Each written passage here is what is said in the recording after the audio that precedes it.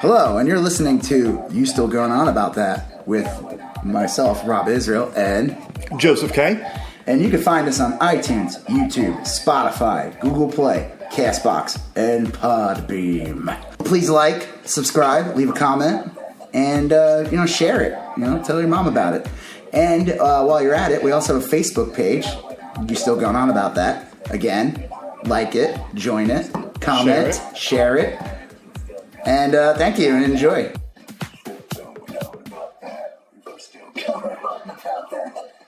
You still going on about that? You still going on about that?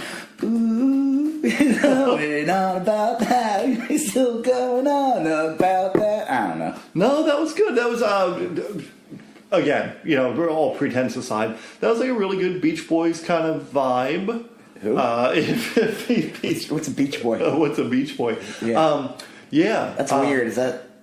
I don't like talking about boys at the beach. That's kind of creepy. It does seem strange. It's kind of weird. Are they involved with any weird cult leaders that are telling people to kill people in the 60s? No. That they were. You're right. They were involved in peripherally in the Manson. Well, was it just one of them, or was it all of them? I don't really know I think Charles Manson. Even though I don't know who these right. Beach Boys are. Sure.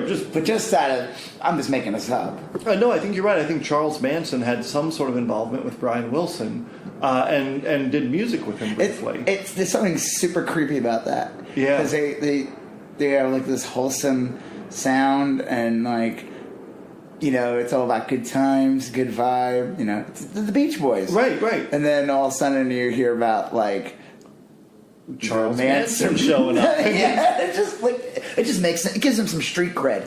Yeah. All right, because that's more important than anything else. I want to return to the Beach Boys, but before we get too deep into it, I am Joseph K. I'm Rob Israel, and you can find anything you want. Wait, the name of our podcast? The name of the show. You still going on about that? That's right. Okay, cool. All right, and ideally you can look us up on Facebook. We have a Facebook page. You still going on about that?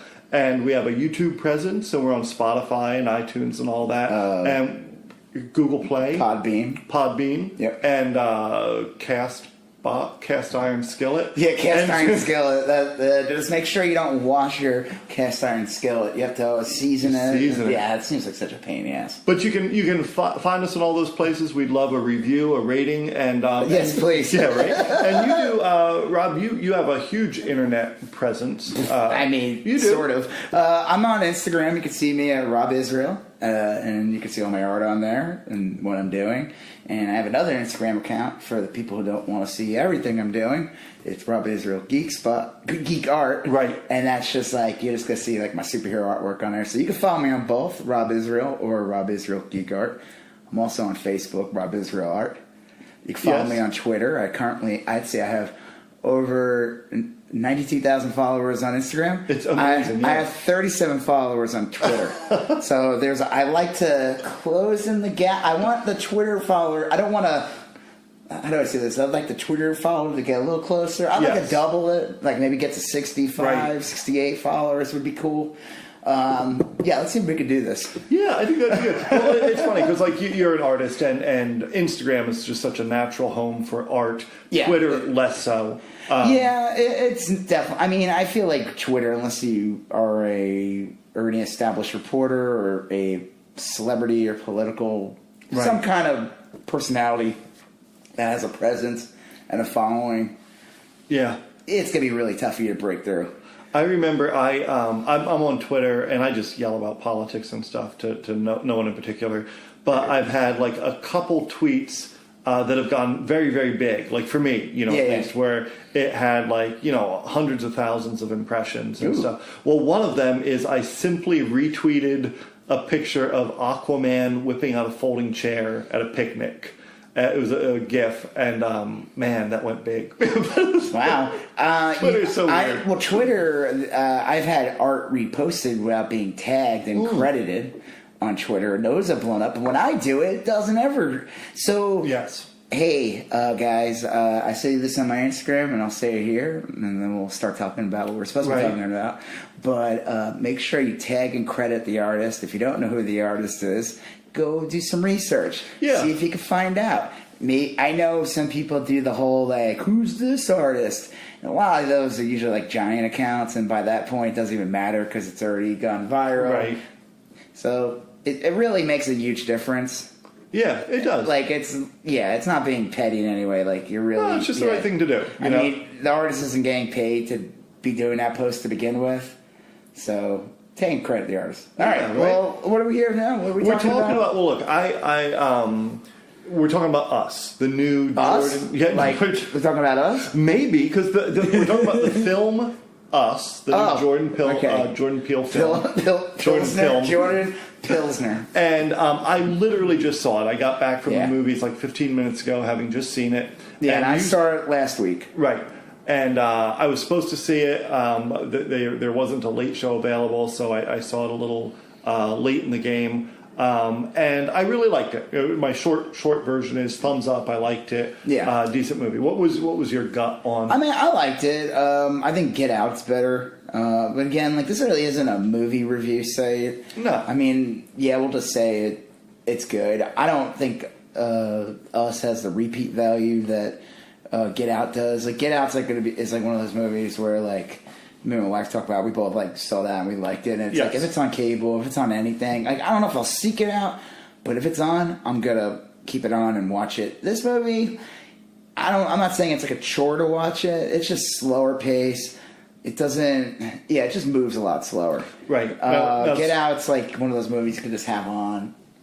It's nimble. It's very just like that movie, just one of the guys. Yes. And Adventures in Babysitting. Well, okay, so fair warning, spoilers abound from I mean, if you're listening to our podcast, know that we usually spoil the movies. Everything, yes. So I thought... Out of sure joy. The Us experience was a little confusing for me. I was... everyone kind of told me it was a straight-up horror movie, and I thought that a lot of it was, like, oddly funny.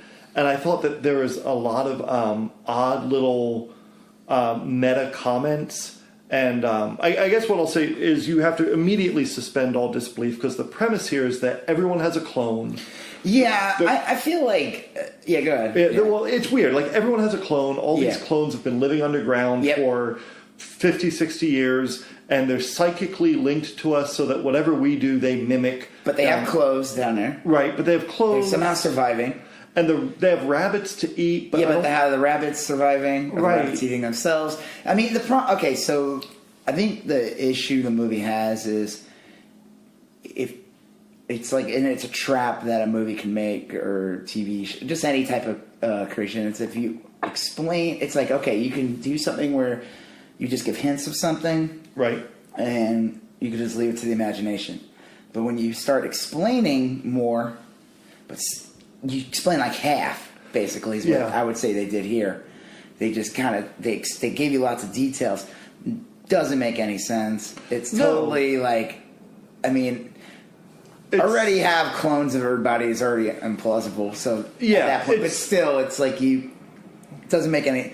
They all were able to get those outfits and and they just happened to meet their own clones, kind of like haphazardly. Well, I guess they're linked, so they knew that they were coming to the beach. But why would I just find it odd that she would... Okay, so spoilers. It is revealed that Adelaide, right, is her name? I feel that's not it, but sure, it's like Arietta, maybe, no? Or yeah. We'll call... Yes. So she is playing Adelaide and Red. Okay, Adelaide and Red. Yes, Adelaide is the main person, and Red is the tethered, as they call it. Right. And in the big spoiler is it is revealed in the end that actually Adelaide is Red and Red is Adelaide. Right. So you have a real family with a fake mom. Yep. And then in theory, it's their mom. Yeah, it's not fake. Right, because she's the one who gave the kids. Yeah. She's the one who had the kids. She's the one, as far as they know, she's the real deal. And she is their biological mother. She's their mother, and that's the woman that he married, and so it's not fake, and it's not like they swapped her out after the kids. That's a good point. It's just that, I guess maybe the parents should be the fake one. Right. But yes, and they give you little clues like the others or whatever. What are they called? The tethered. The tethered people. Yes. They don't talk. Right. But she could. Yes. Horribly.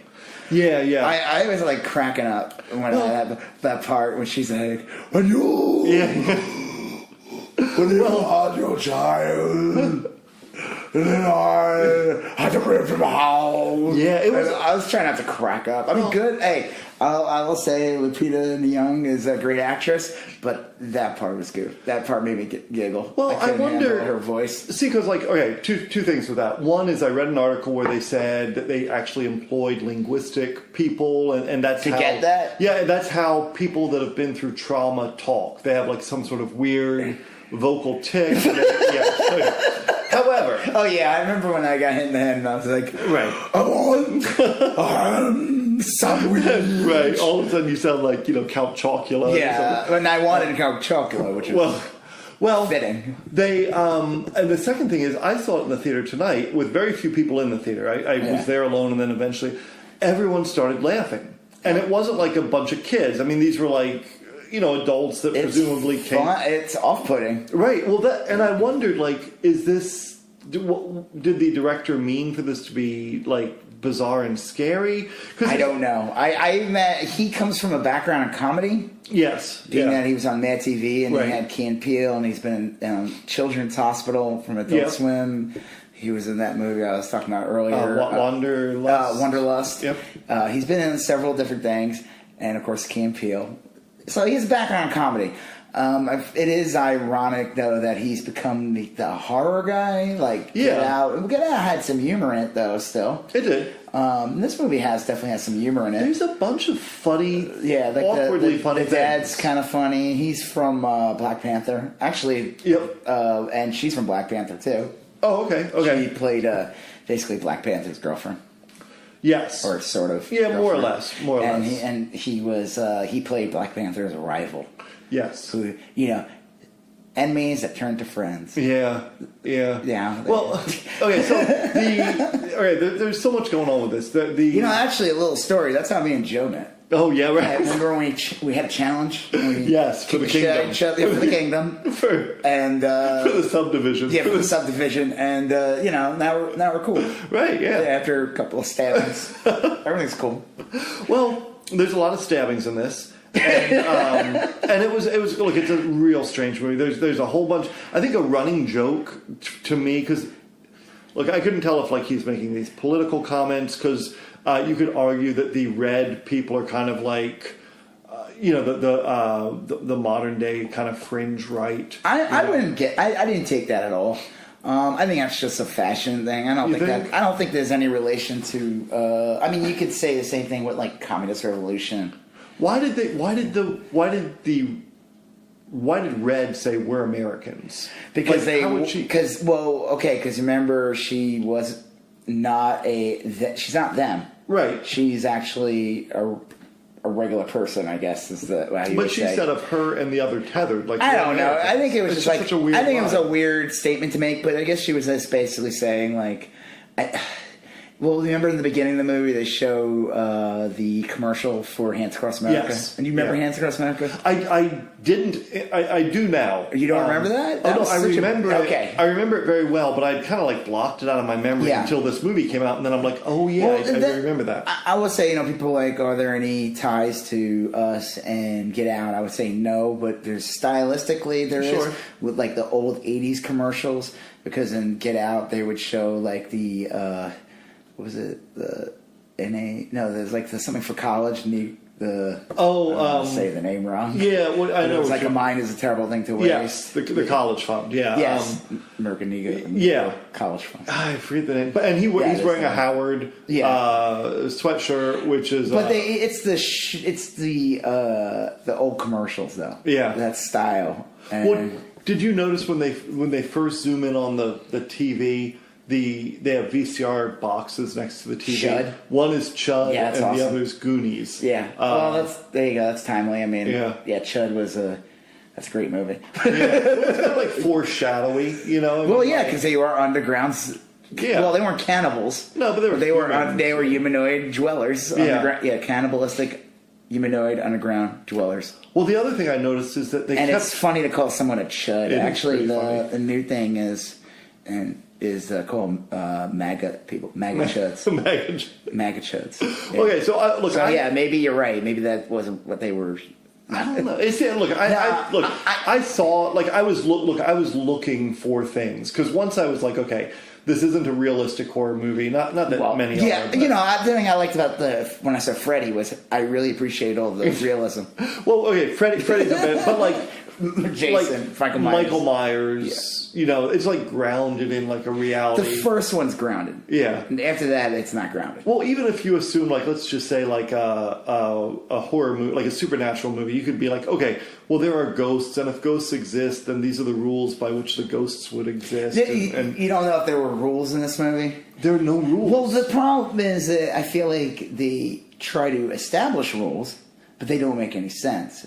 And that's fine. You got to give the benefit of the doubt, but I think it's almost better they didn't show all that. They just gave hints. If they gave hints, then they wouldn't have to explain it. And it's almost like you show too much. The more they try to explain it, the less... It makes no sense at all. The less coherent it Okay, got. so one good point. One thing I have a question. Did you think of... When I saw the movie, Right. I knew right from the beginning she was switched. I did too. I was spoiled, but I'm confident I would have known. Well, I didn't know, and You didn't know? I knew. It just seemed like it's like kind of like it was in my head when I saw that scene in the beginning. So to begin the movie, again spoilers, it's in the mid '80s. Yep. She's with her parents. She's a little girl, and she's in Santa Cruz. Yes. Her dad seemed like really drunk. Her dad, I know. Right? Was he like? He seemed really drunk. They made him deliberately to be a bad dad. They made him seem like he was just kind of a shitty. He was drunk. Yeah. And then during the therapy session, he's like, I need a smoke. And he walks out. He was an 80s dad. And Every dad in the 80s was like that. No. Except you, Dad. I'm talking about my dad. He wasn't drunk. He was a bad dad. They made it clear he was a bad dad. He definitely was a little loosey-goosey. Yeah. But it was definitely very creepy, that setup. I even feel like once you're on the beach, like, it was pretty scary. Oh, yeah. I thought they did a really good job on that, and then she goes in there, and then she gets seized by her clone, or whatever the hell they are. I don't think they're clones. I don't know what the fuck they are. Yeah. But it was in my head, and I was like, okay, you know what? That's the twist. She was fucking switched. But I forgot about it. And then and I told my wife, I said, I bet you that she's switched. Right. And she kind of looked at me. And whatever. And then later on, when they revealed it, I looked at her and she just gave me a look like, nah, whatever. but show off. Yeah, show off, yeah. Like, yeah, I could guess the simplistic plots. Well, I thought, look, because the scene when she gets switched, you know something's going to happen because she's on the beach. It's nighttime. Yeah. It's kind of a surreal... But she's very quiet, too. Yep. Later on, they show that in therapy. Yeah. So while I was watching the movie, the first thing that popped in my head was, do you remember... Well, you're a Simpsons fan, right? Oh, yeah. Do you remember the Treehouse of Horrors episode with Hugo? Yes. Bart's evil brother that was kept in the attic. It was a parody of, I think, the movie, Margot Kidder movie from the 70s. I think it's called Sisters. It's about Siamese twins that were separated as a child. Oh, no, I don't remember this. Very young. They were separated. Okay. Not like Siamese twins where they probably just shared like some back skins. Yeah. So they could go do their independent lives, and it's not like they were like sharing legs or something. Right. Now it's like she's a cripple or something. And like one was I do remember. She this thought one Treehouse was of Horror. So she thought one of them was dead, and she's the twins killing people supposedly. I don't think I know Leah, so I don't think I've seen bits of it. But Treehouse of Horrors is the plot of the episode is that it's a parody of that, which is funny when people say Simpsons did it. Well, I'm like, okay, well this 25-year-old episode of The Simpsons is parodying a movie that is over 40 years old. Yeah, and the notion of like a body double or a doppelganger, that's like hundreds and hundreds of years old. Well, the thing, though, that, and I don't know, I looked up Margot Kitty on IMDb, but no, it's Margot Kidder. Right. I guess she's not a kitty. She's a kidder. Is there also like an adult film actress named Margot Kitty? Margot Kitty? Well, not like a kitty cat. Yeah, right. Okay, so she wasn't Superman. Yes. Fantastic. Where is it?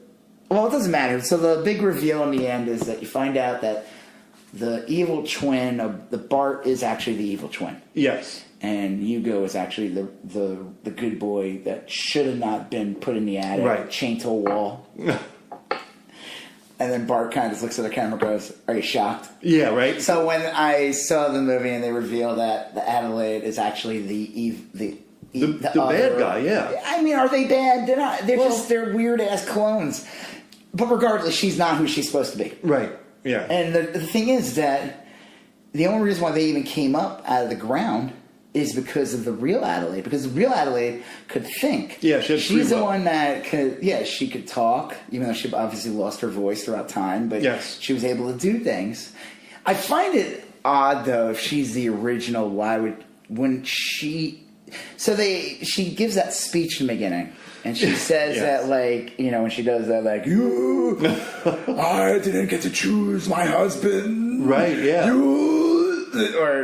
Whatever. I'm just going to talk, I'm going to talk like that for the rest of the podcast. Good luck. But wouldn't it be the other way around? Wouldn't she, since she's the original, wouldn't she be the one that would be deciding the fate of Adelaide?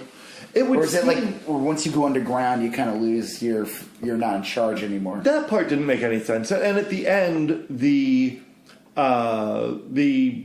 real one, Red, says basically like they made us. Do you remember the beginning of the movie? The daughter said, "Hey, fluoride is putting the she's talking about all the conspiracies that like and are true." Right. Well, and then this is okay. So the fluoride one is not true, but then like there is this other conspiracy that Red believes.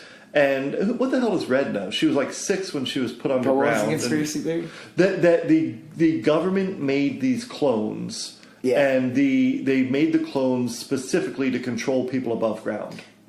And she says that in the beginning of the movie? She says that kind of... I forgot. You just saw it recently. Yeah, like an hour ago. Okay, yeah. At the very end, Red says... the daughter doesn't say that in the end, though. No. She's just saying the generic... they foreshadow it at the beginning, so this conspiracy theory. And then Red says, you know what? We, meaning like the tethered, were made to control you guys up above ground. Yeah. And so then theoretically, like they would, keep us kind of subdued and occupied, and that would affect the above ground thing. But they lost control of us, and none of us have a soul. Like they could reproduce the body, but they couldn't reproduce the soul. They share the soul. They share a soul. Right. So like how the hell did crazy Adelaide get normal? You know what I mean? Like, well, she had therapies. Yeah. She was okay, so this is so this is actually, and I read about this, and this is like probably what makes the movie. This gave me a new appreciation of the movie. When I first saw the movie, I said, I talked to some people about it that saw it, and I said, this is okay, this is not that great. I don't want like Jordan Peele to fall down. I feel like he's falling down this rabbit hole. M. Night Shyamalan. I'm a ding dong rabbit hole, which is, it's not a bad thing if you could keep doing it, but maybe I suggest maybe the next movie he goes back to comedy, or he does like a biopic. He just does something totally different. Get away from horror. Right. Get away from the twist. Like, just get away from the Twilight. Do the Twilight Zone. He is actually doing the Twilight Zone. Yeah. Get that out of your system. Right. Take a break. Maybe don't do a movie for like 3 or 4 years. I'm sure they're not going to wait 3 or 4 years. No. The movie still made money. But regardless, do something different. And that was my first reaction. But then I read up some stuff, and it actually made the movie, to me, again, I'm not dying to see this again. You asked me if I want to go see it again. And I'll be honest with you, I wasn't dying to see it again. You had mentioned that beforehand. It was kind of a one and done. Yeah, if it's on cable or whatever, I'll watch it again. just why not? Yeah. But I'm not craving. Like, there's movies where I'm like, I gotta see this again. Like Infinity War, it's like I wanted to see that again. You know? Yeah. There isn't a lot to see. You know what I mean? Well, it's like The Purge. You know, with these like home invasion. It's like a home invasion movie. It is a home invasion movie. Deeper, just like The Purge with a home invasion movie, but then it introduced like the whole world of like where politically everything was. They give you little hints in the first one. So the thing that this movie is actually, so if Get Out was about race, okay, yeah, absolutely, and age, yes, it was about age too, right? It wasn't just race; it was also about like trying to hold on to youth culture, hold on to like being young, like baby boomers refusing to die, or whatever. Yeah, like literally refusing to die. Yeah, literally, and holding on, and what do they call that when they say like white people are like taking a culture? There's a the cultural appropriation. Yeah, Get Out was the ultimate version of literally the ultimate version. It was. I think it worked really well because it was like it wasn't even a metaphor. It was like, no, this is actually what we're showing you what this is. So this movie is about class. Okay. This movie is about opportunity. That the thing is that these people that are in the basement are us. They are not zombies. They're not monsters. They're literally just duplicates of us. They just were not given any opportunity. Oh, okay. They don't have education. They don't have any type of like... So a good example is like growing up. Like, I was not rich. I was not poor. I was like... we were like barely tethering the line of middle class. That's what we were. One paycheck away. One wrong move away from being... like just tethering that line. I would say that's like working class, right? Yeah, well, it's weird. Working class today, there's working poor. Yeah. But I would say if you're still in one bad thing that could happen to you, could just throw your whole life away. Like, with our shitty healthcare system, you break your arm and your healthcare insurance sucks. Guess what? You're now poor. Yeah. Oh, yeah. You're not going away. You're not going to Disneyland this year. You're not paying. What the fuck? Wow. Okay. So the power went out? Okay. Yeah. So, like I said, I was like growing up, like tethering the middle class. And like, but I still had things provided to me. Like I still had food. I mean, I wouldn't say like. Yeah, you never went to bed thinking like, I hope we have food tomorrow. I'll get into that. I wasn't like I knew people who like had like family meals. We didn't have that. We had a weird family structure, but that's a different story. But yes, there were things that were provided. Not now. I didn't have a car that was given to me till later on. It was like I had friends who were much more well off than I was. To me, I was like the poor kid hanging out with these kids.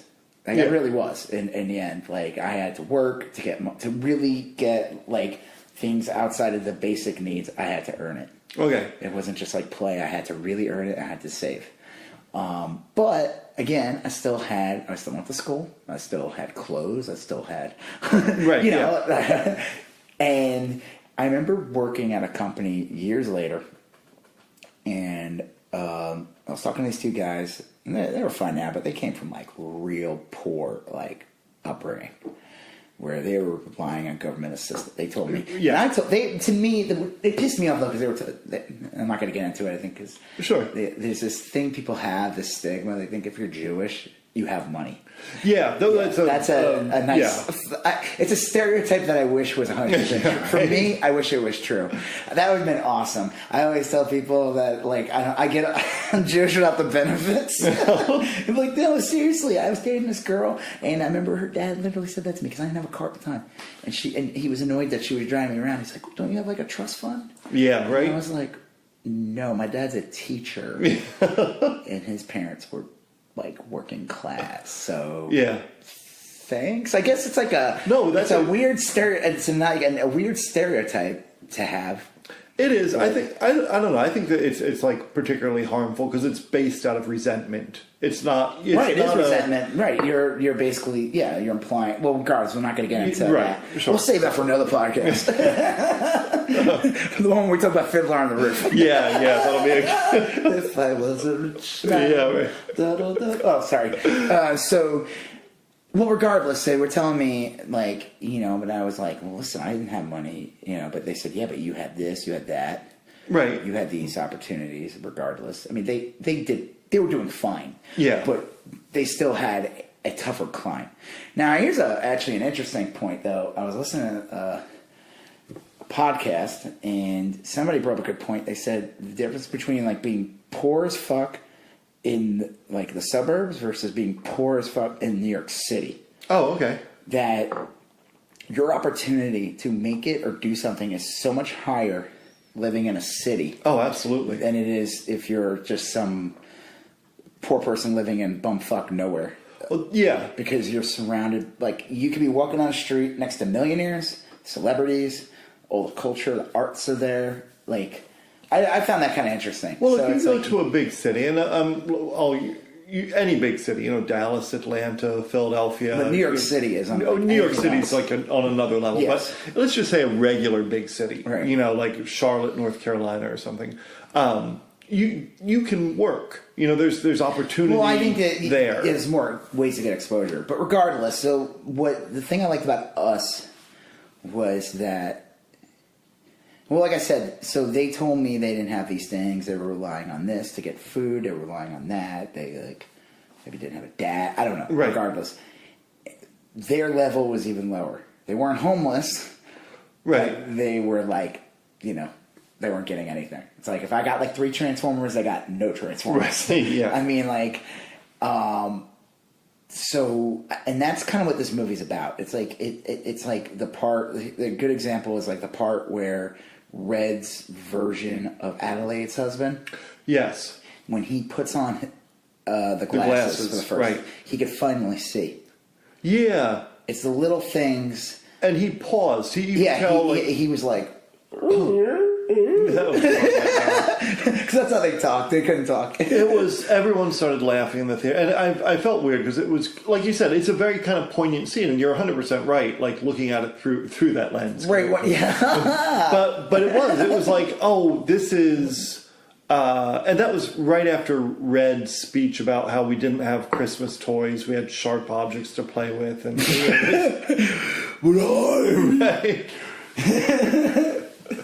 When you had your C-section, I had to rip it out. Do you remember that song, the Doors song, "The Soft Parade"? Like, no. That monologue sounds like Jim Morrison's version of like a priest or something, like seminary school, but more coherent. Yeah, but a little more coherent.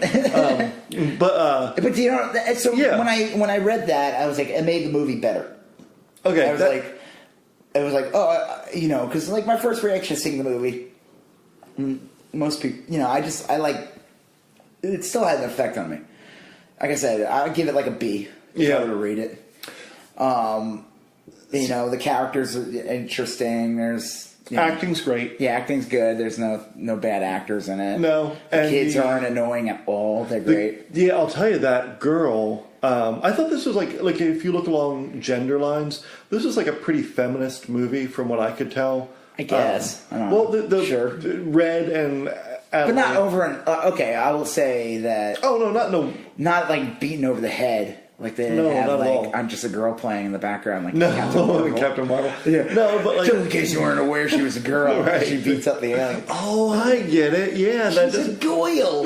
Well, the daughter was clearly she's like I'm driving, and there's a lot of scenes where it was like it was a very female centric or female. I guess, yeah. I mean, again, it wasn't an issue. Like it wasn't like and that's fine. There's nothing wrong with that. Yeah, I mean, definitely, it's her movie. It's Nia. I can't say her name. Yeah. Well, it's her movie though. She's definitely like the front person of this movie. Yeah.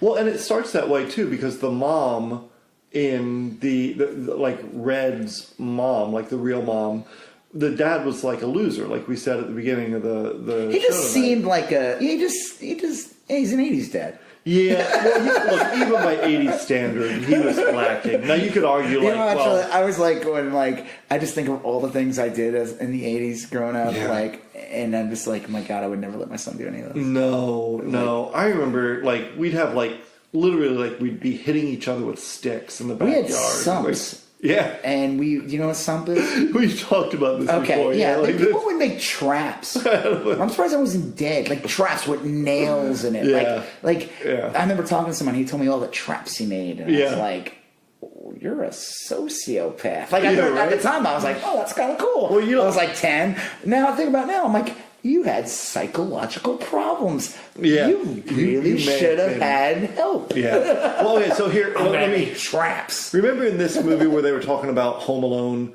and they're like, we can't just make... Speaking of sociopaths. Well, the guy's like, okay, so the dad... There's so many funny little parts in here. The dad's like, we'll just stay here and make traps. They're in a a house full of dead bodies. Yeah. There's windows the kids everywhere. Didn't know the reference to, which was awesome. Yeah, and he's like, we'll just make traps. And okay, so a whole bunch is going on here. First of all, that's a stupid as hell plan. I mean, you're in very immediate danger, and they're all just sitting around, like, thinking about, like, they're joking and stuff like that. And it's just such a bizarre scene. I mean, it's clearly meant to be played for laughs. Yeah. But it's such an awkward juxtaposition with the very real danger. Well, I guess that's, again, the comedy in there. Well, remember, like, okay, so Home Alone, there were so many, bear with me here, there were so many, like, odd things with the home, because, like you said, it's a home invasion movie. Home Alone was a home invasion movie. They're sitting in the home, and remember the first scene when the family comes up, at the tethered family, and they're standing at the edge. Wait, we're talking about Home Alone, or are we talking about... No, we're talking about us. Okay. The family's inside. The tethered family showed up. The tethered family shows up at the end of the driveway. Everyone freaks out. And then a whole bunch of mayhem happens. And then at the end of that sequence, the real family is out in the driveway and the tethered family is in the home. You know? And it's just, they've kind of reversed, they've traded places. Well, the thing was that so the thing I found odd about the movie, it was almost like, okay, well, we're coming out now, we're taking over, kind of. But to do what? But that was to do the Hands Across America thing. They had no plan. Well, they had the Hands Across America thing. Why though? Like, I mean, that's the problem with the movie is it's when you start explaining too much. Yeah. But you have so many holes. It's like, okay, it's like I said, if they just explained less. Then you wouldn't be sitting there, because once you start explaining things, then you start seeing the holes, and it's like the same thing. It's like a good example. It's like the show Lost, right? It's like they explained a bunch of things in the end, but they didn't. They only explained half of it. Yeah. So you were just like, okay, it's almost like, okay, maybe it's better if you just didn't fucking explain anything, right? Because then we wouldn't be questioning. Yeah, Lost is a tougher stuff, but so like I don't. Would there be a way to show? So the audience would get it, or at least hint at it. Like a good example is like Blade Runner when they hint. Right. Is that but isn't that only like specific edits that you see that? The director's cut. You're led to know that Decker is a replicant. But okay, so in the sequel, was he a replicant? Yeah, I think they established clearly that he was a replicant, and that was the oddness of it, is that Decker had a kid with a replicant. With what's her face? But I don't think he was a replicant in the Decker? movie. I think they established that he was human and he had a kid with a replicant. That was the twist or whatever. And the girl that was living in the weird the girl in the bubble, like John Travolta from the 70s. I'm not going to swear to it, but I'm pretty sure they established that he was a replicant. Did they? I'm pretty sure. I don't, like I said, I'm not going to swear to it. I always thought like replicants were like robots, but I guess they're really more like clone. They're like a weird. There were synthetic humans that had like a. I got the impression they were kind of like in vitro. What's his face is a replicant? They established that in the beginning. Yeah, Gosling. Yeah.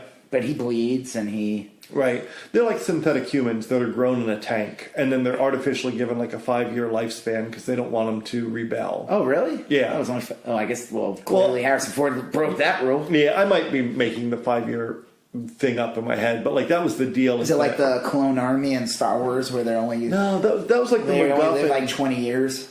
That was the MacGuffin in the first Blade Runner, is that the replicants were trying to find a way to extend their lifespan. Which is what they do, and I guess because in the sequel they... Right. Okay, well, we're talking about something totally different now. Okay, so back to us. Yes, but there's all these sequences or scenes where they would... the home, and I thought that was like a recurring motif in the film, is that there was a home invasion movie, and these tethered people would come in, kill the people that lived in the home and kind of be in the home, but they wouldn't know what to do in the home, and they'd mimic kind of the actions of the people in the home. It was just such a weird... But do you remember, too, when they went to their rich friend's house? Yes. And then they were in their home with the dead body, with them dead? Yes. And they were like, now live... It was almost like they're living now in this home. Right. It was very strange. And that's the movie is about class and opportunity. I would say, yeah. I would say it's about class. I thought the one thing that wasn't about class, maybe, that was just hilarious is the fact that they kept calling the police and there's no police anywhere. Well, the police were busy, I guess. Yeah, but the police you never even saw a cop. Well, never. 911's a joke in my town. Well, I almost... And I thought maybe they were going to make that reference. They played that NWA song. Right, but isn't that's Public Enemy? 911. Yeah, 911 is a joke. It's Public Enemy. Yeah. I swear I thought they were going to play 911 as a joke. Because by then the jokes had been coming pretty on the nose at that point. I mean, they were pretty they were... Okay, so, is it about class? Yeah, I'll buy that. I said, I just saw it an hour ago. That's definitely part of the theme or opportunity. It's okay, so... There's a good comic. I wish I knew who the author or the artist was that made this comic. It went around viral on the internet. It's like one of those things that people would share on Facebook. Okay. I think I shared it on Facebook. Sure. It's like you see it, like a share. I did something today. I did something today. Take that! Take that, America. Right. What was the comic? I don't remember. Oh, no, it was a Ziggy. Oh, Ziggy. He was at the DMV. Yes. That's a great No, one. I'm kidding. It wasn't. No. Okay, so it's this comic that shows a boy and a girl. Okay. Showing them as children. Okay. To adults. And it shows their stages. The boy comes from I would say, upper class. Sure. Very upper class white family. Okay. The girl comes from a working poor minority family. Not working classes. I feel like there's a difference between work. I feel like there's a confusion. I don't feel like there's middle class anymore. Right. There's working. It's hard to gauge. I feel like there is no working class. There's working poor, where people are working 40 to 80 hours a week and still are poor. Yeah, they're still needing government assistance, not handouts. Assistance is a difference. Yeah, they're needing these things because the companies are not providing it.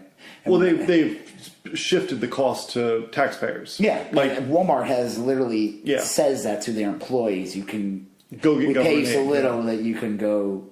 Good news, guys. We pay you shit. So you can it's a feature, not a bug. Yeah. Well, yeah. Okay, so good news, guys. Working, and we don't pay taxes, so how's that work out? Well, I knew people when I taught in Florida that their parents both would work 40 plus hours per week, and they couldn't pay their bills. Yeah, and they didn't live extravagant lifestyles. They weren't they didn't have the iPad. They didn't have. They didn't have. They had a car that probably barely worked. They had one car that would work often. Yeah. The kids, and this always used to drive me nuts. People would bitch about the kids having cell phones. Kids would have cell phones that were hand-me-downs, and they didn't have cell phone plans. They used them as when they were near a wireless network. Wi-Fi. Yeah. I mean, it wasn't. How dare they have any technology? Yeah. It's like we talked about that the other week with the bread thing or the TV. Sit in their room and eat. So. Yeah, how dare you have any relief whatsoever? A moment of peace. Yeah, God forbid. So, what was I getting at? Well, your argument here is that this is a movie about class. And well, it is, but it's about how, okay, so the comic, that was it, the comic.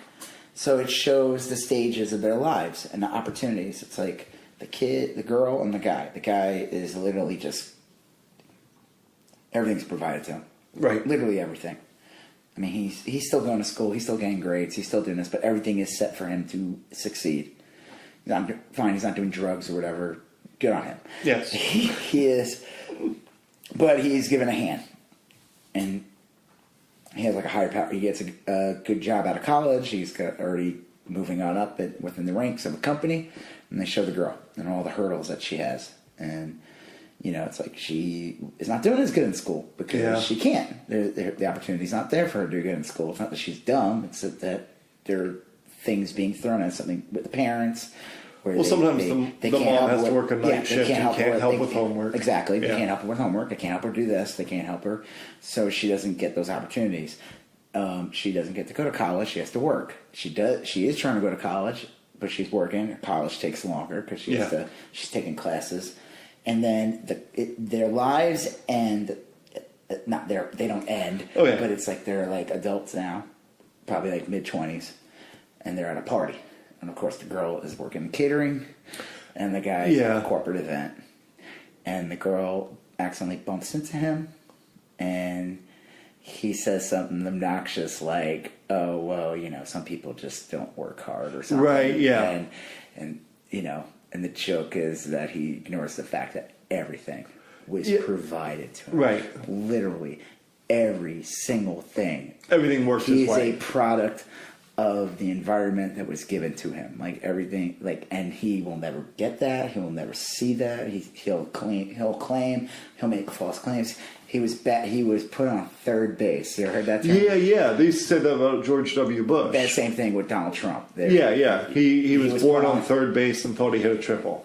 He thought he hit a grand slam. Yeah. George Bush was a triple.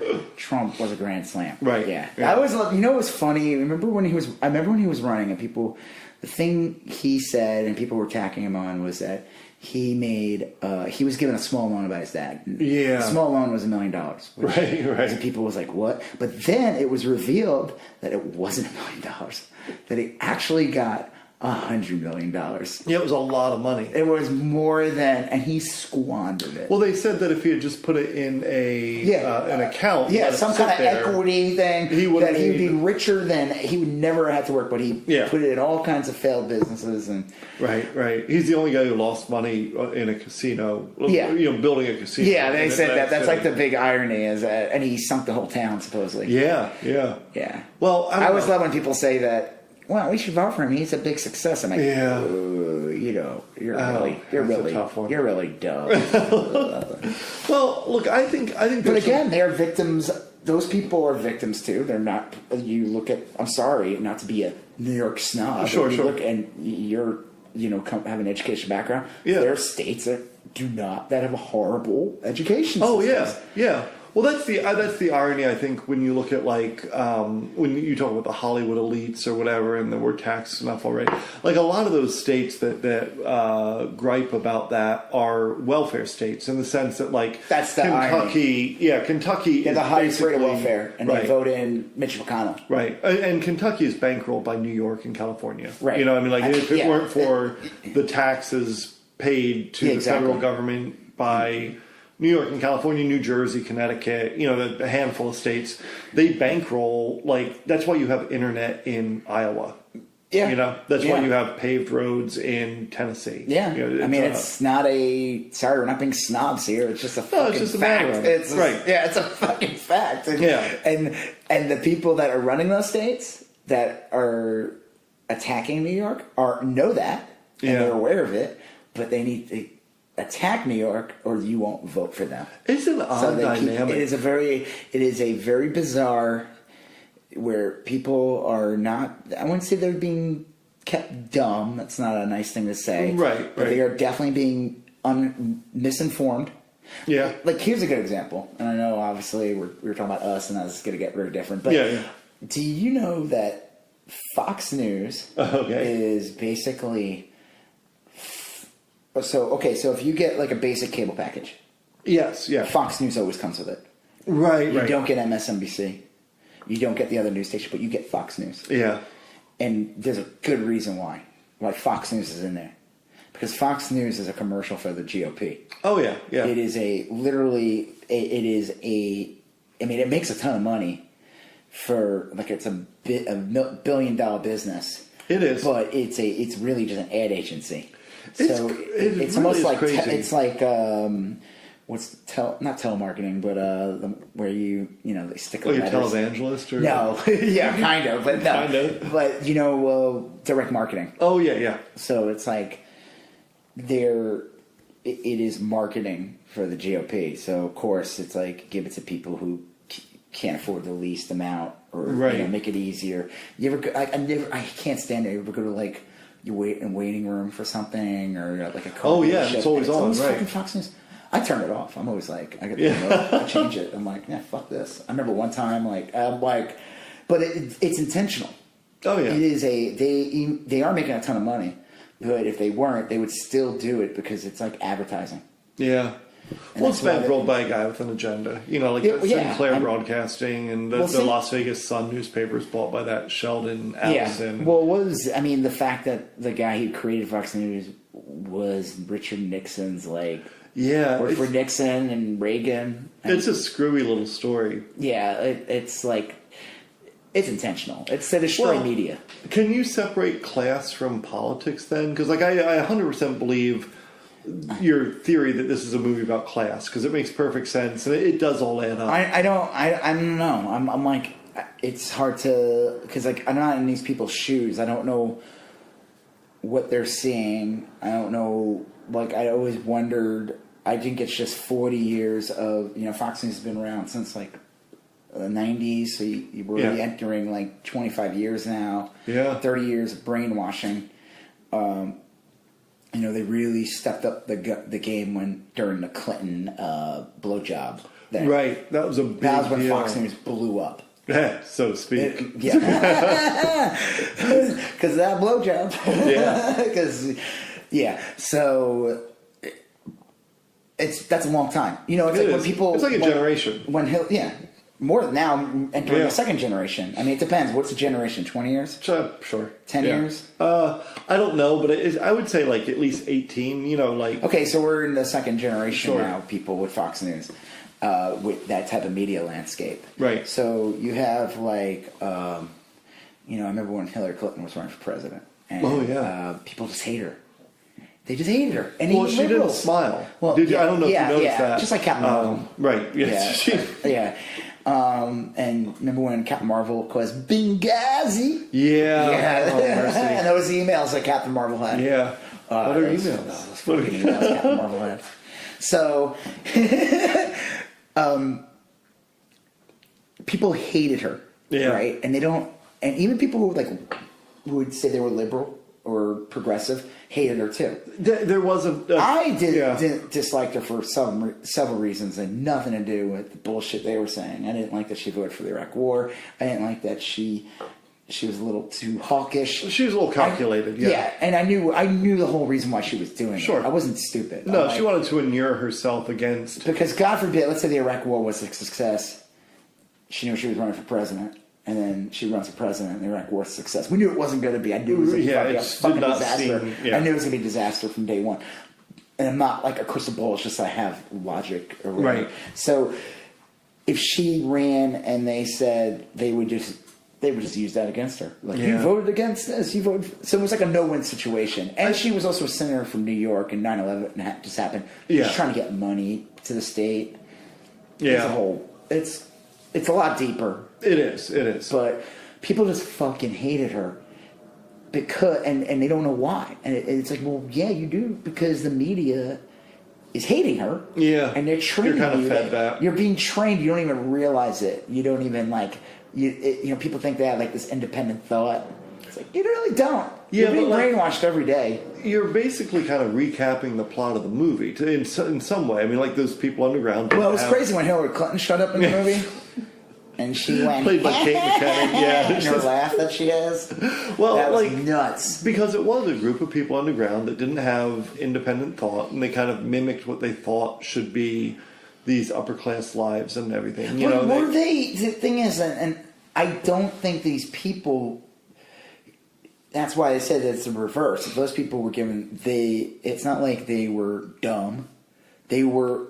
It's called us for a reason. They are us. They are just... not given the same. They weren't given the same opportunities. And it's and it's crazy because basic opportunities. and I hate to quote this guy. He brings up a good point. Yeah. But he misses a big picture. You familiar with Canadian incel superstar Jordan Peterson? Not by name. I know he's not an incel, but he is. I know that. I know that guy. Okay. You know, I don't know him in particular. If you say something bad about him online, you will be attacked by every troll on the planet. If you say something about him or PewDiePie. Oh yes, I do know him. If you say something about him too, every troll will come out of the woodwork and just fucking unleash troll horror on you. Do you think he ever regrets having named himself PewDiePie? No, I mean, anyone you don't think says that's I mean, clearly it's worked out for him. Yeah, oh yeah, but like, no, I think don't you think he like occasionally like floats the idea? I was gonna call myself super cool guy. Hey, maybe call me like Hawk or something. Hawk guy, but like Hawk guy. PewDiePie. I get the idea. Like, why is he? What is the? Isn't it like a? I see it as kind of like a combination of like cutie pie, right? PewDiePie. I don't know. He's like Swedish or something, right? What does PewDiePie mean then? I have no fucking clue. I don't know why. He's like a gamer. But okay, well, hold on. So Jordan Peterson brings up this. I've seen him on some podcasts, and I've seen him on like Rogan, and he says something. Who are we talking about? The Peterson guy? Jordan Peterson. Okay, yeah. The other guy that will, if you say something bad about him, will unleash the holy terror of every troll on the planet will come out of they will come out from underground with their fucking scissors, and it is Chud-like in their rage. Oh my god, it is insane. If you say one thing, it's like the cockroaches show up. You left like a banana peel around. He brings up a point. But it's like he leaves half away. So he says that if you make over $38,000, you're part of the 1%. Oh, okay. Well, you mean globally? That's what he's saying. Okay. He's not saying that though. He's just saying if you make $38,000, yeah, he's thinking globally. Right. But yeah. he's ignoring basic facts of like location. Yeah. Yeah, $38,000 in Alabama versus $38,000 in even I would say Atlanta, Georgia. Sure. I won't even say New York City because that's like a whole nother level. Just a major city. And that's a massive. No, $38,000 is crap. Right. $38,000 is okay in a small hamlet. Yeah. But you got to look. $38,000. You're making a lot of sacrifices to live in America. You're nowhere near the top 1%. I mean, that's he's saying globally. Yeah, okay. You're comparing. Right, so but that, basically, you're saying alone has you're saying like the people that work like 7 days a week in China and for factories and that's no. Let's just talk about the United States or at least North America. Right. So when he says that, because he claims he's a liberal, but he's really like a right wing shill. You just have to listen for 5 minutes and you'll hear it. But he says that, and it's like a good way to like pacify someone. Like, oh yeah, I'm doing good. And it's like, no, you're not. Right. And again, also it's location. Even $30,000 a year in, let's say, North Dakota, you're probably going to be okay. You're be okay. Yeah. $38,000 in Dallas, Texas. Yeah, no, you're not. Well, and look, you're talking about there's differences between like day to day okay and I can conceivably be all right when I'm older. You know what I mean? Like if you don't, I don't have to work till I'm dead. Right, exactly. Like that'll take a toll on a person. You know, I mean, even if you have all your needs met, but you're just barely eking by, but you're doing okay. You in the back of your head know that day is coming when you're not going to be okay. Yeah. And that's like a psychic toll on you that's just devastating. Yeah. It's a weight. That's a bullshit argument. $38,000 is like part of he's saying that and he stops, and if there's nobody to give him a rebuttal or give him to counter it, then it's just to the regular everyday person they're gonna he talks in a way, he talks well, he speaks well. Sure. And to the average person, they're going to hear that and they're going to say, "Oh yeah, that's this guy's onto something," or and it's like pacifying. It's not. And I'm just like sitting there, and I'm like, I wish it's like Joe Rogan's like not going to fucking counter him on that. He's too busy smoking pot on his podcast. Yeah. I mean, I like watching him sometimes, but man, that guy. I mean, listen, he's the host of Fear Factor, right? Former host of Fear Factor and TV shows. He's doing pigs. Yeah, but he's doing well enough, and he's living in his own bubble that he's not going to counter Joe. He's not going to counter him on it. It's not that's not his thing right now. Yeah, it's not, and it's not an attack on him. It's just he doesn't know, right? So when I hear that, I'm like, but again, then it's the same thing though. 38,000 to someone else though seems like a lot. It does, yeah. It's like it's a weird like little middle ground. So like I said, I'm growing up. I had things, but I didn't have things. Like I never had nice cars growing up. I didn't have right. It's like my dad drove like a shitty car until he was able to get a decent used car. Like it was still used, but it was a decent car. Yeah. And that was like a game changer. I felt like we were rich. We weren't at all. Yeah. It was just like a nice Lincoln Continental. It was like 1988. It was a 1984, and it was just like. But the car before we had was a piece of garbage. He got in an accident, so it made it even worse. Yeah. So the day that car was gone, and we had that, like I wasn't embarrassed anymore. But like then I probably had like other kids were probably just like.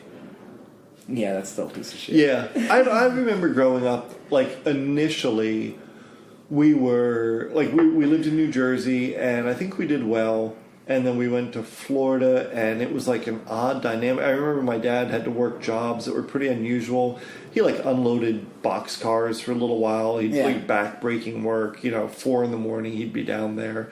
And then, eventually, he got hooked up with the city. And by the end of his run with the city, we did really well. Yeah. Now, when I was in middle school and the beginning part of high school, I'd say we were like working class. We never worried about meals, but we ate a lot of frozen pizza and we ate a lot of, we rationed things, not like in, war-torn Beirut, but, it was like, but then but it was through like, my dad was a Teamster. He joined the union, and he did that. And a lot of those don't exist anymore. No, they don't. People gave that up. People gave that up, thinking they were attacked, and they were attacked for a reason. Yeah. You had people who died because of people died to get rights. They call Oh it, yeah. right? Oh, absolutely. And people give it up. There's kids who today have no clue what a union is. Yeah. There are kids 20 years ago who didn't know what a union was. They're not going to know what a pension is. I love when people attack millennials. They always attack them, call them soft. Sure. And I'm like, I used to think that way in the beginning, years ago, because I worked with some of them. Yeah. But some of these kids were horrible. But but then I talked to some of them, and there's like the kids who are little rich kids. That's a different story. Right. And then you had the kids who, they're not moving out of their parents' house. They're 30 years old. It's not because they're fucking losers. It's just that, they're college educated. They got student loans. Yeah. And they're never going to pay off for like another 10, 15 years. Nope. Yeah. And I'm like, that is a slowdown. I had a boss years ago. He told me something. He said there was this girl we were working with, and she had a house. Yeah. She was like 27. And she already had a house, but she came from money. And he said to me, he was like a little older than me, not that much, but like 5 years.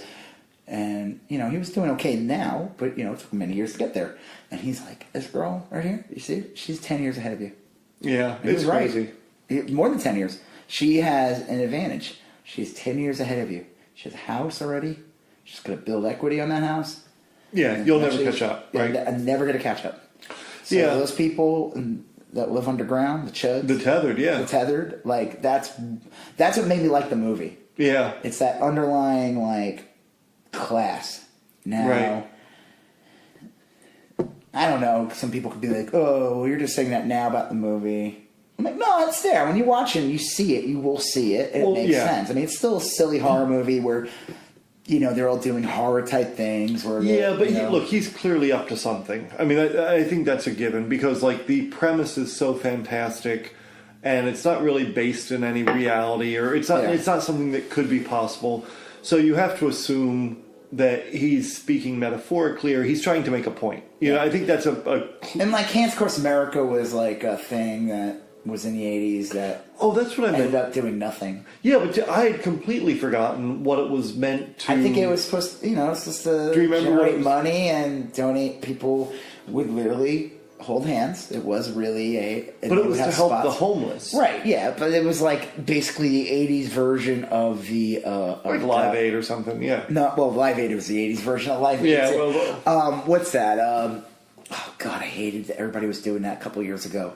The Ice Bucket Challenge? Yeah. Yeah. And there was a fucking drought in California. And you see all these idiots, like, dumping, like, 10 gallons of water on themselves. Well, they said it did generate some money and was helpful, but... I think it brought awareness to it. I think a lot of people... The problem was a lot of people who were doing it was just so they could have a cool post on their social media. Right. It was not, like... I'm sure there were some people that were... Genuine, yeah. But as it going on, it was clearly just like a... And people were trying to be creative, find different ways and make it funny and entertaining to do it. And it was just like, okay, well, clearly this is like, hey, whatever it takes, I guess, right? I just, look, and like I said, I just saw the movie within the last few hours, so I haven't had a lot of time to think about it. But I know I walked out of that theater thinking, A, it is really weird to see a movie alone. And B, is it? This is the first time I've ever seen a movie alone. Wow. Yeah, and look, I've had plenty of friends that do it all the time. A lot of people I know. When I was younger, I would not want to do that. You feel like a loser, but man, and when you have a kid, and you just want to get out of the house. Like, I'll tell you, everyone who walked in there, it was me and like 3 or 4 other couples. Every one of those couples looked at me like I was about to shoot the place up. Okay, I think the difference is you got to do it during the day. Yeah. If you're going to do lonely theater viewing, right, do it during the day. Nighttime is for date night. It's for date. Yeah. And for like young kids like hanging out. Right, like, I remember as a kid going to movies with like 20 people. We go see like the first Spider-Man, or Batman 3, whatever, and we've got like 30 of us to go, and we're horrible. Anyone else, Yeah, if you're gonna see a movie by yourself, probably daytime. Yeah, daytime's for the losers. Yeah. But the other thing I thought, I'm not saying no. But the other thing I thought when I walked out of the theater tonight was that so much of this was about home, and I thought it was weird that home. Okay. I remember I told you I thought it was just there's some really cool mirrored scenes where the fake family was in the home and the real family was out, and then it was reversed or the back of that. Yeah. And then there were so many scenes. I don't know if you remember them, but there's that scene where Red pushed Adelaide's head against the glass. Yeah. And you could see her reflection in the glass. And then there was these scenes, like a lot of times people would look over a corner or behind a corner, and you would see their face paralleled against the reflection of the wall or the ambulance or whatever. Yeah. There's a lot of like really cool like little things in there. And the Hands Across America was to help the homeless. And it just seemed like so many, and they mentioned Home Alone. It seemed like home, the idea of a home kept popping up. And I thought remember that was when cool. The invaders got hit in the balls constantly? Yeah. They'd slip on a banana peel. Those were good times. Yeah, it was great. And then like when the one of them like held on to like something that was electric in their hair, bugged out. Well, look, there was like a bunch of scenes in Us that were like almost slapstick like funny, like oh yeah, I mean it was just such a bizarre the evil twins. Yeah. Like it was so I don't think I've seen a movie quite like this in that it was so scary and like broadly physically comic. I mean, like there's other movies that have incorporated humor into horror, obviously, and the reverse. But this was such an odd mix. I liked it a lot, but it was an odd mix. Again, I think it's just, I don't know. Like I said, the movie's not perfect. There's a theory going around, and I know you say you don't care about spoilers. And certain movies doesn't matter, so I don't know if you read about it. But they said the other theory is that the boy, Jason, and Pluto. Pluto is his double, that they're actually switched too. Well, I could see that. Because they said that Jason, a couple years ago, there was a fire, and he was acting odd. Like, I thought they were implying that maybe he had like some kind of, like he was on the spectrum, like had some kind of autism Sure. or Asperger or whatever. Yeah. Figured they were implying that. You know, they showed him like digging down in the beach, and they said how odd that was. Oh. That's the other hint in the beginning of the movie. He's digging down instead of up. And Weird. He was doing, like, the whole time he was playing with, like... Yes. Was he playing with a lighter that didn't work? They never explained that. They kept saying it was a magic trick, but it sounded like a lighter that was out of fuel. And then the kid, the one with the fire... Right. Was playing with it, too. He was obsessed with fire, and... In the end, after like everything's going on, he does light the match in the end. Yeah. Which was kind of, I don't know when the kid, I guess, is it after the kid is, when he walks back and the other kid just walks into the flames? Yeah. Well, there's that odd scene where the mom, Adelaide, says to the kid, everything's going to be okay. And the kid's like, no. You know, it's not. Everything's not going to be okay. Everything's going to be really fucked up from now on out. Yeah, and clearly, right. And then they're driving away, and I thought, look, I read a lot of spoilers. I thought everyone said that the husband looked at the wife like he knew what was up, but the husband didn't. No, he's cool. He didn't know shit. No, he doesn't. It was the kid, the boy. Well, the boy was abducted by the real Adelaide. Yeah, and it's possible that while he was abducted, she could have said that. Listen, I'm the real deal. Your mom is. It was weird too. You know what else I thought was, we talked about Freddie Mercury's prosthetic teeth last time. I thought it was like really weird that the kid wore a mask, Chewbacca mask. It was there was a Wolfman. A Wolfman? Yeah. Okay, whatever. I guess it was just like to tie in that the clone was. But like, why masks at all? You know, like, I think it's just the dynamic of like he's wearing a mask for fun. The other kid's wearing a mask because he's severely burnt. That's like pretty weird though that a kid would wear a mask all the time. No, I don't think it's that odd. I don't know. I don't think it's that. I guess I don't know. But the kid was a little weird, so they did imply that he was a. I don't know. So just to give you guys a heads up too, and make this podcast a little creepy. Yeah, the power went out in that area. Yeah, it is. I don't know if it's just and when I talk to Joe, he's in the shadows. Yeah, I feel like I'm in the movie Us right now, so it's making it extra creepy. It is. So I wonder if we're going to listen to this later and it will be like just a really bizarre, because I feel like we got real serious like in a lot of places here. Where? Well, like, you know, what we're talking about. I don't know what you're talking about. This has been a jovial good time. Yeah. Well, like the last episode we did, I thought was like pretty funny, like all the way through. And this one seems like serious, like in a good way, but like very serious. Oh yeah. We should make it funny right now. Yeah. Yuck. But there was, I don't know, like even the jokes in this weren't funny jokes. I mean, they were very funny. Remember when Ozzy showed up and he started snorting ants and he drank his own piss and then he drank Adelaide's piss and he's like, I don't have a drink. Yeah, let me get a drink. Yeah. Well, no, that was like crazy. Okay, so like, like the one of the jokes was like the police never showed up. Like I said, that's not funny because that like happens in communities. Yeah. You know, like. Well, didn't they say something like the police are 18 minutes away? They were looking at it. And, right. Yeah. And they just never showed up. But they never showed up. No, they never showed up. You know, and like, you never, I specifically looked, and then they did the NWA song, Fuck the Police. Yeah. And I was like, okay, they're really kind of, they want you to kind of like know this about, you know. Well, they were also occupied because there was like, but they never showed any police fighting these people. Well, no, they showed it on the news.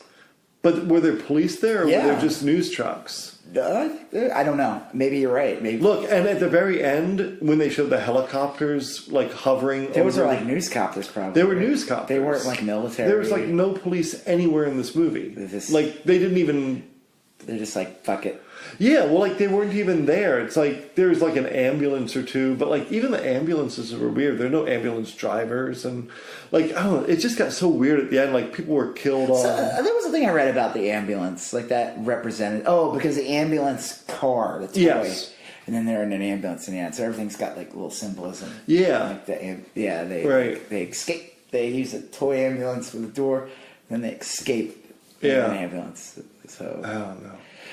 All right. Well, this seems like a place to wrap this up. Is this a place? Well, I mean, I don't know. I guess we were going to talk about his other work, but well, Get Out was fantastic. Yeah, Get Out's awesome. I mean, I guess we could wrap this one up. It's kind of We're in the dark right now. It is pitch black here. Yeah, It's his very power's not on. Right. It's like I guess I would still recommend see it.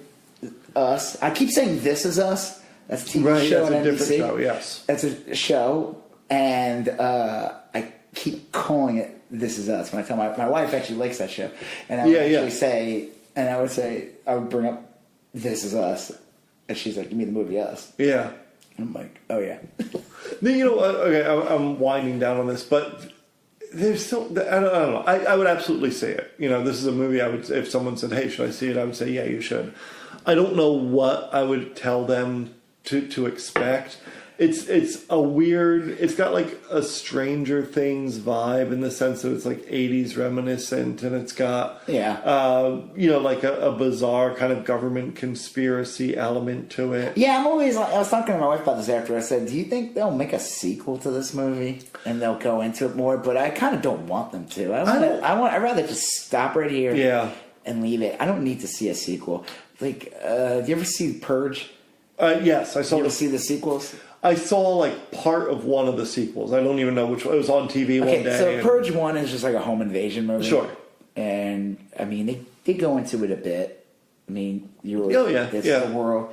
And they do touch on a little bit the classism and everything like that. Well, they first tried sport ball to settle differences. Ball, and then that didn't. So then they went to the ball didn't work, right? Yeah. So they're like, okay, that's a different. That we referenced that sports ball, and at some point that's going to happen. Right. So we have two directions. Purge ball. There's two directions that our society can go in. Right. The purge.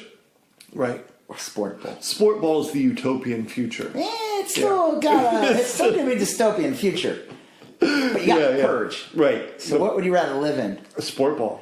100%. I think I'd rather live in sport ball too. Yeah. Because it could be like an opportunity. You could say there could be a world where you could people would be like, one day you work hard. Yeah, right. You could be on the sport ball team. You'd be on the sports. And then the young Arnold Schwarzenegger will be like, stick around.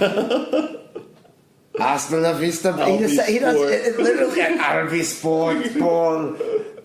He just delivers every one of his taglines.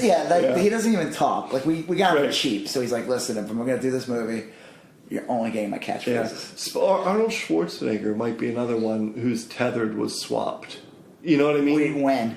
Like there's probably a very erudite, like well-spoken, thoughtful Arnold Schwarzenegger living underground in a tunnel right now. Yeah. And we're stuck with like the tethered. He's gotten better over the years. I think his as governor was fucking horrible, but I don't know. All right, so I'm coming down on Jordan Peele is definitely up to something. Jordan Peterson. I was like, oh god, he's definitely up to something here. I like what he's doing. I agree with you 100%. I hope he has a change of. I mean, unless he's got an amazing idea, sure, and it's possible he does. Even so, do a biopic, or that's a good one. Like it's just something different, do a Christmas movie. Oh yeah, learn something about it. Yeah, you could still put in all your symbolisms and about. Well, look, I like that he has something to say. Like, this was clearly a movie that you like think about and ponder, and that's good. Speaking of classism, did you ever see the movie Santa Claus from 1985, starring John Lithgow? No. Oh. No? The Santa Claus with Tim Allen as the 90s. This is Santa Claus. Dudley Moore plays an elf. Okay, this is starting to ring a bell. Okay. Yeah, jingle bell? No, it's starting to jingle a bell. Yeah, Dudley Moore as an elf sounds familiar. Yeah, well, he was a little guy. Yeah. So, perfect casting. Short, yes, he was. Yes. No, he said short. So, in this movie, there's a child who's homeless. Okay. And I'm just saying, this could be lead into us. Say, go see the 1985 Santa Claus the movie with this homeless kid. He's looking in the window in the beginning of the movie. I remember this. Right. And they're at a Burger King, and he's looking in the window. He sees people eating, and he's just like, I want to eat. Was there a Burger King tie-in? Burger King. Yeah, they didn't just happen to have a Burger King. Definitely paid money, and the idea is like, hey, you're gonna be hungry like that homeless kid, right? But after the movie, you could go eat. This is sad. That kid won't be. I think if they make a sequel to Us, it will be a prequel and it will take place underground and show like how Red, like that sounds the rise like of a Red. horrible movie. It does. That would not want to. It'd just be a whole movie of. Why did they do that? That would be the movie, you know that. Yeah. Like, yeah, I don't know. I find it, like I said, I feel like sometimes when you over-explain something. Right. I agree. I'm trying to think, like, would there be a better way to... But is it like a damn if you do, damn if you don't? Like, if you don't explain it? Oh, I think this would have been significantly better if they never explained anything and if they only hinted. Like, there are multiple hints in the movie that that Adelaide was the double. Yeah. You know, when she attacked those people, she got real guttural and she started kind of making these odd vocalizations. Yeah, that's the first And she was the only one that knew right away that shit was going to go down. Like, if there's a family in your driveway, that's creepy as hell. But like that, you don't immediately she think. She didn't want to be there. She like knew something was up. So all through the movie, you knew that it was up. And I think if they had never explained. If there were never any expository scenes by Red and it just sort of like went under and like maybe you saw a rabbit here or there and you're thinking like, oh, animal experimentation, maybe reproduction clones or something. And then the kid, Jason, looked at the mom funny like the kid knew something was up. I think that would have been a much better movie. And I wonder if Jordan Peele wanted to make that movie, but the studio was like, you got to explain this shit. It's too weird. I feel like he's in a place where he could have done whatever the fuck he wanted. I agree. After doing Get Out. Right, I agree, and I don't love that because I think he made these decisions, and I don't think they were great decisions. You fucked up. You fucked up. You fucked up. No, it was fine. No, it was fine. I feel like it's it's like one of those damn if you do, damn if you don't. If you don't explain something, then people will be like, what the fuck did I watch? Some people need like... You ever seen like one of the better later M. Night Shyamalan movies is the one with Mel Gibson, Signs. Yeah. In the end of the movie, though, they ruin it by showing the alien. Yeah. And then, like, they do that stupid thing where, like, he hits a baseball. They, like, trapped him in a closet and killed him with a glass of water or something? Well, they hit him with a baseball or something. Right. And the ball hit. It was super stupid. Yeah, it was just one alien. Right. It was really dumb. They did not need to show that. Worst planned alien invasion ever. Well, yeah. It was, like, Well, look, the first 80% of that movie was wonderful. Yeah. And then fucking... Yeah. Like, they will explain... There was one interesting thing. They explained why the aliens, like, always go to, like, the Midwest. Yeah. Because they can't go by water. Oh, yeah. That was pretty good, yeah. Yeah, so that makes sense. And then... but, yeah, they should have just never showed the alien in the end. It worked. It was effective when you saw the hands. Right. And you knew there was something going on. Like, there's a scene where Mel Gibson's looking out the window. Yeah. And you don't see what he's looking at, but he's clearly seeing, like, fucking... holy hellfire or something in the distance. Freaking... alien ships, but they should not have had that ending. I feel like that ruined the movie. I do too. Yeah, there's something else I want to say. I don't think I was going to go on about Mel Gibson being. All right, well, let's wrap it up. So you are. We were going to like talk a little bit more about what we're doing. Yeah, I figured we usually just peter out. Yeah. Instead, we'll just So again, thank you for listening. Absolutely. I'm Rob Israel. I'm Joseph K. And this is, you still going on about that. You could listen to us on... Yeah, you can find us on Facebook. You still going on about that. On YouTube, Spotify, iTunes, and we'd love to have some... Oh, yeah, Podbean and Cast Iron Skillet. And yeah, like, look, reviews, comments, joining the Facebook group. Absolutely. Yep. And you can see my work on Instagram, Rob Israel or Rob Israel Geek Art. And you can find me on Facebook, Rob Israel Art, Twitter, Rob Israel Art. You can find Joseph in a street corner. Yep. Absolutely. And you did a great piece, an us-themed piece today. Which was it's real cool. The strong pose, I call it. Yeah. And it's the